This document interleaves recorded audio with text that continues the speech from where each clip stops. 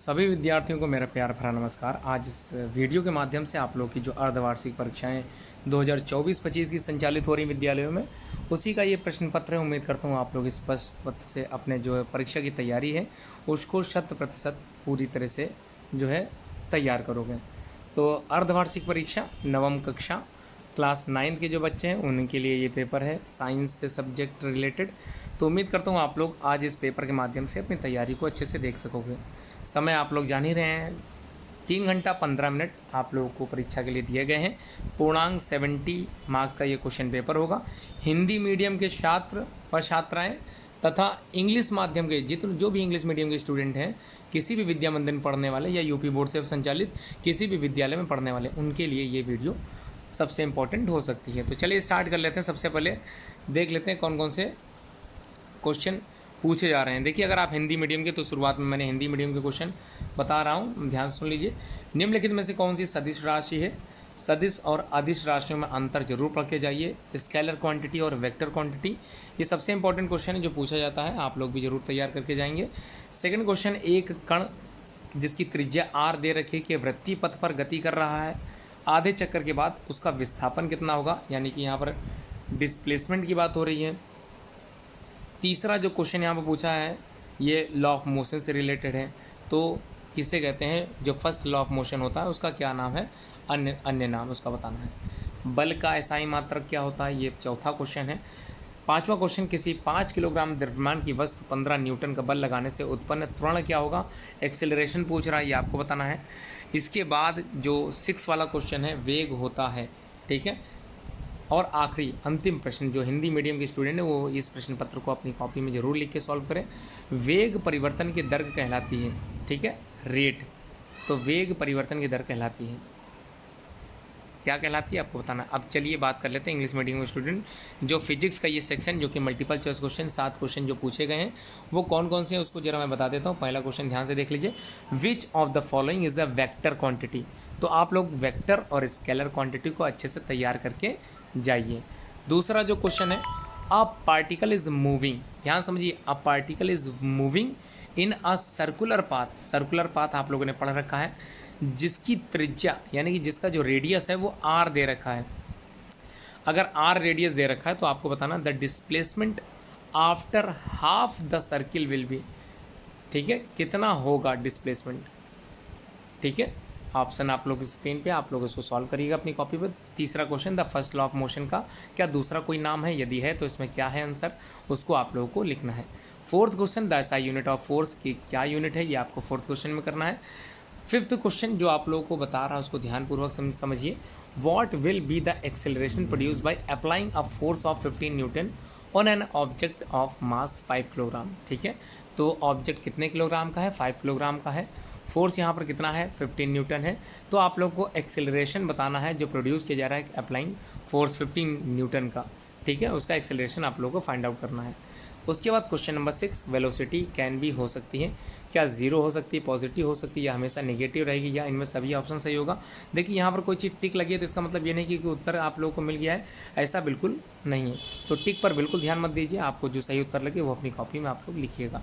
7वां question, the rate of change of velocity, इसको क्या कहते हैं। 4 ऑप्शन आपकी स्क्रीन पे, जो आपको सूटेबल लगे, जो सही लगे वो आप लोगों को लिखना है। अब देखिए ध्यान समझ लीजिए, सेकंड जो यहाँ पर सेक्शन है वो MCQ बेस्ड है, लेकिन वो केमिस्ट्री से रिलेटेड है। हिंदी और इंग्लिश जो भी स्टूडेंट परीक्षा दे रहे हैं उनके लिए दोनों जो है तैयार किए गए हैं। आप लोग हिंदी में भी सुन लीजिए और इसका मैं इंग्लिश वर्जन भी बता दूंगा।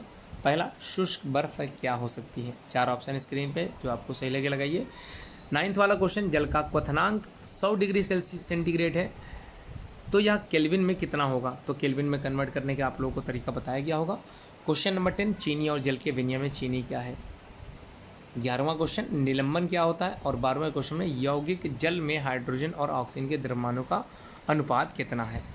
13वां question, international union for pure and applied chemistry का संक्षिप्त रूप क्या है, ठीक है। अब देखिए इंग्लिश मीडियम के जो छात्र हैं वो केमिस्ट्री का पेपर, जो कि 6 क्वेश्चन आप लोग के MCQ के आते हैं, वो क्या पूछे गए मैं बता देता हूँ। सबसे पहला क्वेश्चन, ड्राई आइस को हम लोग किस नाम से जानते हैं। Question number 9, the boiling point of water is 100 degree Celsius, what happen in kelvin. इसको केल्विन में अगर आप कन्वर्ट करोगे तो आंसर क्या होगा। क्वेश्चन नंबर 10 कह रहा है what is sugar in sugar and water solution. तो किसी सॉल्यूशन को तैयार किया गया जिसमें शुगर और वाटर दोनों चीज़ें मिली हुई हैं, आपको बताना है शुगर को क्या कहते हैं। क्वेश्चन नंबर 11 सस्पेंशन क्या होता है। सस्पेंशन क्या होमोजेनस मिक्सचर है या हेट्रोजेनस मिक्सचर है, क्या सैचुरेटेड है या फिर अनसैचुरेटेड है। क्वेश्चन नंबर 12 देख लेते हैं mass ratio of hydrogen and oxygen in compound water. तो वाटर में आप लोगों को रेशियो बताना हाइड्रोजन और ऑक्सीजन का। और आखिरी क्वेश्चन जो कि शॉर्ट फॉर्म दिया गया है आयु international union of pure and applied chemistry का पूरा जो शॉर्ट फॉर्म होता है वो क्या हो सकता है। अब बात कर लेते हैं थर्ड वाले सेक्शन की जो कि बायोलॉजी से रिलेटेड होगा। इसमें 7 क्वेश्चन आप लोगों से पूछे जाएंगे। हिंदी व अंग्रेजी दोनों मीडियम के स्टूडेंट के लिए ये पेपर है। उम्मीद करता हूँ आप लोगों को दोनों ही तरीके से मैं बताता चल रहा हूँ। आप लोग अपने माध्यम के हिसाब से अपने मीडियम के हिसाब से अपने कॉपी में सॉल्व करना स्टार्ट करिएगा। यहाँ पर लिखा है तीसरा जो सेक्शन है बायोलॉजी का क्वेश्चन नंबर 1 कह रहा है प्रोकैरियोटिक कोशिका का जो केवल एक कोशिकांग होता है वो क्या कहलाता है। माइटोकॉन्ड्रिया, राइबोसोम, प्लास्टिड या लाइसोसोम। 15वां क्वेश्चन में कहा गया पत्ती में हरे उपस्थित पदार्थ को हम लोग क्या कहते हैं या किस नाम से जानते हैं। क्वेश्चन नंबर 16 कह रहा है क्रोमोसोम बने होते हैं किसके। अगला जो प्रश्न 17 है CO2 और O2 किस प्रक्रिया से कोशिका झिल्ली के आर पार आ जा सकते हैं, तो वो प्रक्रिया का क्या नाम है। 18वां जो प्रश्न यहाँ पूछा गया है सामान्य मनुष्य में गुणसूत्रों की संख्या कितनी होती है। 19वां क्वेश्चन जो है दृढ़ोत्तक ऊतक का उदाहरण क्या हो सकता है। और अंतिम प्रश्न है जाइलम और फ्लोएम कैसे ऊतक हैं, ये आपको पता होने चाहिए। अब बात कर लेते हैं अंग्रेजी माध्यम जो कि इंग्लिश मीडियम के स्टूडेंट जो ये परीक्षा दे रहे हैं उनके लिए मल्टीपल चॉइस क्वेश्चन जो 7 पूछे जाएंगे वो कैसे हैं उनको एक बार ज़रूर देख लें। Question number 14 in which only a prokaryotic cell organelle पाया जाता है। इनमें से कौन सा जो कि एक प्रोकैरियोटिक सेल ऑर्गेनेल अपने पास रखता है वो कौन सा हो सकता है। क्वेश्चन नंबर 15 कह रहा है what is the name of green substance जो कि किसी पत्ती के अंदर पाया जाता है प्रेजेंट इन लीफ में, वो आपको बताना है। क्वेश्चन नंबर 16 क्रोमोसोम बने होते हैं किसके बने होते हैं, ये भी आप लोगों को पता होना चाहिए। 17 क्वेश्चन CO2 और O2 ये पासेस होते हैं आर पार निकलते रहते हैं प्लाज्मा मेम्ब्रेन में। अब कौन सी प्रोसेस के द्वारा ये बाहर निकलते हैं या अंदर जाते हैं। Question number 18 number of chromosome in normal human are. तो कितनी संख्या क्रोमोसोम की पाई जाती है ह्यूमंस में, ये आपको पता होना चाहिए। क्वेश्चन नंबर 19 कोई एग्जाम्पल है स्क्लेरेनकाइमेटस टिश्यू का, तो इसमें कौन सा एग्जाम्पल स्क्लेरेनकाइमेटस टिश्यू का हो सकता है ये आपको बताना है। अंतिम प्रश्न जाइलम एंड फ्लोएम ये दोनों क्या होते हैं, वैस्कुलर टिश्यू होते हैं, एंटीबॉडी होते हैं, एक्सक्रीटर होते हैं या मस्कुलर टिश्यू होते हैं। अब हम लोग जो बात करने जा रहे हैं वो थ्योरी बेस्ड क्वेश्चन है यानी डिस्क्रिप्टिव टाइप के क्वेश्चन। हिंदी मीडियम वाले बच्चे भी ध्यान से सुनेंगे और अंग्रेजी माध्यम वाले जो इंग्लिश मीडियम के स्टूडेंट हैं उनको भी अच्छे से समझना है। अब यहाँ जो क्वेश्चन है वो आप लोगों को लिख के कंप्लीट करना है। क्वेश्चन नंबर 21 दूरी और विस्थापन को परिभाषित कीजिए और उनके बीच कम से कम जो अंतर हो वो ज़रूर बताइए। दूसरा जो 22 वाला क्वेश्चन है न्यूटन की गति विषयक तृतीय नियम क्या है, क्या कारण है कि बंदूक से गोली दागने पर बंदूक पीछे की ओर झटका देती है, तो ये आपको बताना है 22वां क्वेश्चन में। 23वां क्वेश्चन कोई बस विरामावस्था से चलना प्रारंभ करती है तथा 2 मिनट तथा 0.1 मीटर प्रति सेकंड स्क्वायर के एक समान त्वरण से चलती है। आपको निकालना क्या है, पहला तो इसमें प्राप्त की गई चाल निकालना है, स्पीड बताना है, और दूसरा तय की गई दूरी मतलब डिस्टेंस को आपको बताना है। और उसके बाद जो क्वेश्चन पूछा गया है 24th वाला जो कि लॉन्ग क्वेश्चन में डिवाइडेड है, इसको भी अच्छे से आप लोग समझ लीजिए। पहला वाहनों की गति को कौन सा यंत्र प्रदर्शित करता है, तो आपको बताना है वाहनों की गति यानी स्पीड जो बताता है उस इंस्ट्रूमेंट का नाम क्या होता है। गति के तीनों समीकरण लिखिए, केवल फार्मूला लिखना है। और अंतिम जो प्रश्न है 24वें का दूरी समय ग्राफ क्या होता है, इसका चित्र सहित वर्णन कीजिए। या फिर ये तीनों ही प्रश्न आपको नहीं आते हैं 6 नंबर के, तो आप लोगों के लिए 3-3 नंबर के अथवा वाले प्रश्न करने अनिवार्य हैं। पहला संवेग की परिभाषा एवं मात्रक लिखिए। दूसरा 2 किलोग्राम द्रव्यमान का एक पत्थर 15 मीटर प्रति सेकंड के वेग से लुढ़क रहा है, पत्थर का संवेग ज्ञात कीजिए। अब बात कीजिए इंग्लिश मीडियम की जो स्टूडेंट है वो थ्योरी वाला जो क्वेश्चन फिजिक्स का है उसको कैसे करना है मैं बता देता हूँ। क्वेश्चन नंबर 21 जिसको आपको बताना है define the distance and displacement and differentiate between them. तो पहले तो डिफाइन करना है डिस्टेंस क्या होता है, डिफाइन करना है डिस्प्लेसमेंट क्या होता है, उसके बाद ही आप लोग को डिफरेंशिएट करना पड़ेगा। दूसरा जो 22 वाला क्वेश्चन है, व्हाट इज़ न्यूटन्स का तीसरा नियम मतलब थर्ड लॉ ऑफ मोशन क्या कहता है, what is the reason why the gun jerks backward when fired. तो हम लोग पीछे क्यों हो जाते हैं बंदूक को चलाने के बाद।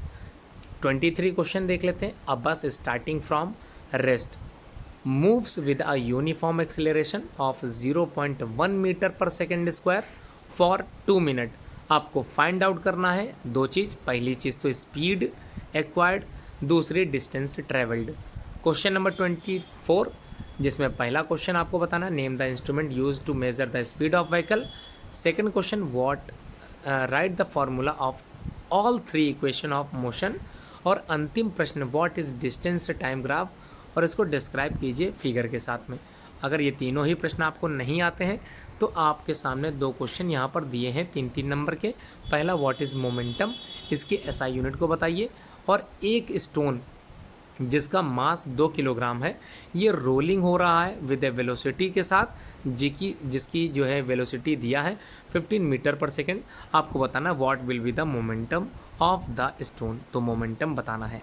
अब केमिस्ट्री का जो पार्ट है उसको भी देख लीजिए, हिंदी मीडियम वाले भी और इंग्लिश मीडियम वाले भी। सेक्शन बी जो कि केमिस्ट्री है थ्योरी पार्ट, पहला क्वेश्चन 25 जिसमें आप लोगों को 4 सब सेक्शन बटे हुए हैं, एक एक नंबर के सभी हैं तो अच्छे से ध्यान से समझिए। पहला तो पदार्थ किसे कहते हैं ये पता हो, गलन क्या है, तीसरा शुद्ध पदार्थ किसे कहते हैं, और अंतिम सोडियम फास्फोरस और क्रोमियम का सिंबल बताना है। उसके बाद 26 में 2 क्वेश्चन बटे हैं, क्वथनांक क्या होता है, अणु एवं परमाणु में 2 अंतर लिखिए। और 27वां जो कि अंतिम प्रश्न 6 नंबर का 3-3 नंबर में पूछा गया है वो आपको दोनों बताने हैं, या फिर अगर नहीं आता तो अथवा में आपको उत्तर देना है। धातु और अधातु के 3 गुणों को लिखिए। मिश्रण कितने प्रकार के होते हैं उनको एक्सप्लेन कीजिए, या फिर दोनों प्रश्न आपको नहीं आते हैं तो एक लॉन्ग प्रश्न यहाँ पर पूछा गया है उसका जो यहाँ प्रश्न है वो मैं बता देता हूँ। स्थिर अनुपात के नियम को एक उदाहरण देकर स्पष्ट कीजिए। अब देखिए सेक्शन बी जो इंग्लिश मीडियम के हैं केमिस्ट्री जिनका भी मतलब जो केमिस्ट्री करने जा रहे हैं उनके लिए क्वेश्चन नंबर 25 में 4 सब सेक्शन बटे हुए हैं, एक एक नंबर के प्रत्येक आंसर हैं। पहला सब्सटेंस क्या होता है, दूसरा मेल्टिंग क्या होता है, तीसरा प्योर सब्सटेंस क्या होते हैं, और आखिरी वाले में सिंबल लिखना है सोडियम का, फास्फोरस का और क्रोमियम का। तो ये सिंबल आपको आने चाहिए। आगे देखते हैं क्वेश्चन नंबर 26 जिसमें आप लोगों को क्या करना है मैं बता दे रहा हूँ। पहले क्वेश्चन में बॉइलिंग पॉइंट क्या होता है उसको डिफाइन कीजिए। दूसरे वाले प्रश्न में write to differentiate between molecule and atom, तो ये भी आप लोगों को पता होना चाहिए। अब क्वेश्चन नंबर 27 जिसमें 2 सेक्शन बटे हुए हैं। पहला क्वेश्चन पूछा है right 3 properties of metal and non metal, और दूसरे वाले में पूछा है how many types of mixture, और उन सभी को एक्सप्लेन भी करना है। या फिर अगर आपको दोनों प्रश्न नहीं आते हैं, ये दोनों ही प्रश्न नहीं आते हैं, तो आप लोगों को 6 अंक का एक लौता क्वेश्चन जो कि मिला हुआ है उसको आप लोग कर सकते हो, right law of constant proportion with example. ठीक है, अब देखिए क्वेश्चन नंबर जो आखिरी सेक्शन है सब सेक्शन बायोलॉजी का, हिंदी मीडियम वाले भी बच्चे सुन ले और इंग्लिश वाले भी। 28 में यहाँ पर जो सब सेक्शन है वो 4 क्वेश्चन अनिवार्य हैं। पहला डीएनए का पूरा नाम, दूसरा एक कोशिकीय जीवों के 2 उदाहरण लिखने हैं, तीसरा जटिल ऊतकों के उदाहरण दीजिए, और अंतिम है एपिथेलियम ऊतक कहाँ पाए जाते हैं उसको लिखिए। और उसके बाद 29वें के 2 सब सेक्शन गाल्जी का कार्य लिखिए, ग्रेना तथा स्टोमा में अंतर लिखिए, और अंतिम जो प्रश्न पूछा गया उसमें 2-2 नंबर के 2 पॉइंट पूछे गए हैं।